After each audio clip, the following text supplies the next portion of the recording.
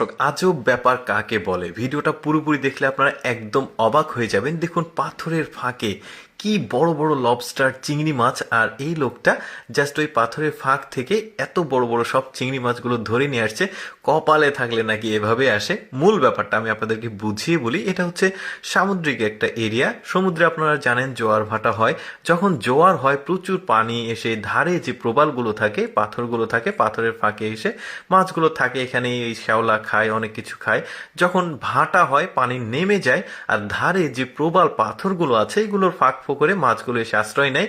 আর বুঝতে পারে না। আবার যখন ভাটা হয় তখন ওরা আবার জোয়ার হয়, তখন ওরা আবার চলে যায়। কিন্তু যারা যেতে পারে না তারা এইভাবে কিন্তু ধরা পড়ে যায়। দেখুন কি চমৎকার চমৎকার বিভিন্ন রকমের মাছ। লবস্টার চিংড়ি দেখলেন, তারপরে এইটা দেখুন, এটা দেখতে কি চমৎকার মাছ। দেখুন, জোয়ারের সঙ্গে সঙ্গে পানির সাথে সাথে মাছগুলো এসেছে, কিন্তু ভাটা যখন হয়েছে, পানি চলে গেছে, ওরা হয়তো বা বুঝতে পারেনি।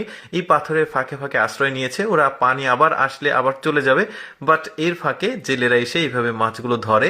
কি চমৎকার! দেখুন, এই লবস্টার চিংড়ি মাছগুলোর অনেক দাম, আর এগুলো খেতে বেশ স্বাদ। কিন্তু যারা খেয়েছেন তারা জানেন কি চমৎকার। এই মাছটাতে দেখতে এত কিউট একটা মাছ। দেখুন, মনে হচ্ছে নিয়ে এসে অ্যাকোরিয়ামে সাজিয়ে রাখি। অ্যাকোরিয়াম ফিশেও কিন্তু অ্যাকোরিয়ামেও এই ধরনের মাছ দেখা যায়। কি চমৎকার! খেতে সম্ভবত খুব স্বাদ লাগবে। এটা আবার পিচ্ছিল্লা এক ধরনের মাছ। এটা ইল মাছ, মোস্ট প্রবাবলি এটাকে ইল নামে ডাকা হয়। তবে ইলেকট্রিক না, এটা এমনিতে নর্মাল। বেশ চমৎকার। ইলেকট্রিক হলে তো হাত দিয়ে ধরতে পারতো না। তারপরে এখানে আবার স্ট্রিংরে রয়েছে, এগুলোকে আবার বাংলাতে শাপলা পাতা মাছ বলা হয়, আর ইংলিশে স্ট্রিংরে। মুখটা দেখুন উল্টানোর পর, কি চমৎকার! দেখুন এত মাছ। এই মাছগুলো খেতে বেশ স্বাদ। যারা সমুদ্রের আশেপাশে থাকে তারা তো তারা লাকি বলা যেতে পারে।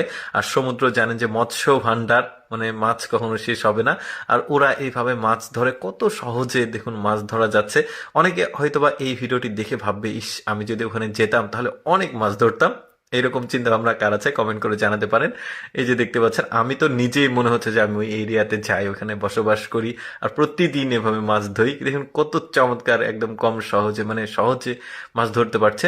ব্যাপারগুলো কিন্তু বেশ চমৎকার। এইটা আবার বেশ চমৎকার একটা মাছ। তারপরে এইখানে একটা মাছ আছে, সম্ভবত এই মাছটাকে প্যারট ফিশ বলা হয়, কারণ ওর ঠোঁটটা একটু প্যারটের মতো, আর শরীরটাও অনেকটা টিয়া কালার, এই জন্য বেশ চমৎকার। তবে ওদের দাঁতগুলো অনেক বড় বড় হয়, কারণ হচ্ছে এই প্রবাল পাথরের ভেতরে শ্যাওলাগুলো থাকে, ওগুলো ঠুকে ঠুকে খেতে হয় ওদের।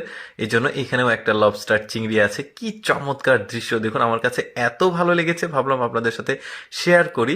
বেশ চমৎকার। দর্শক, কেমন লাগলো আজকের এই সামুদ্রিক এরিয়ার যে মাছ ধরার দৃশ্যটি? কমেন্ট করে জানাবেন। আর এরকম মজার মজার ভিডিও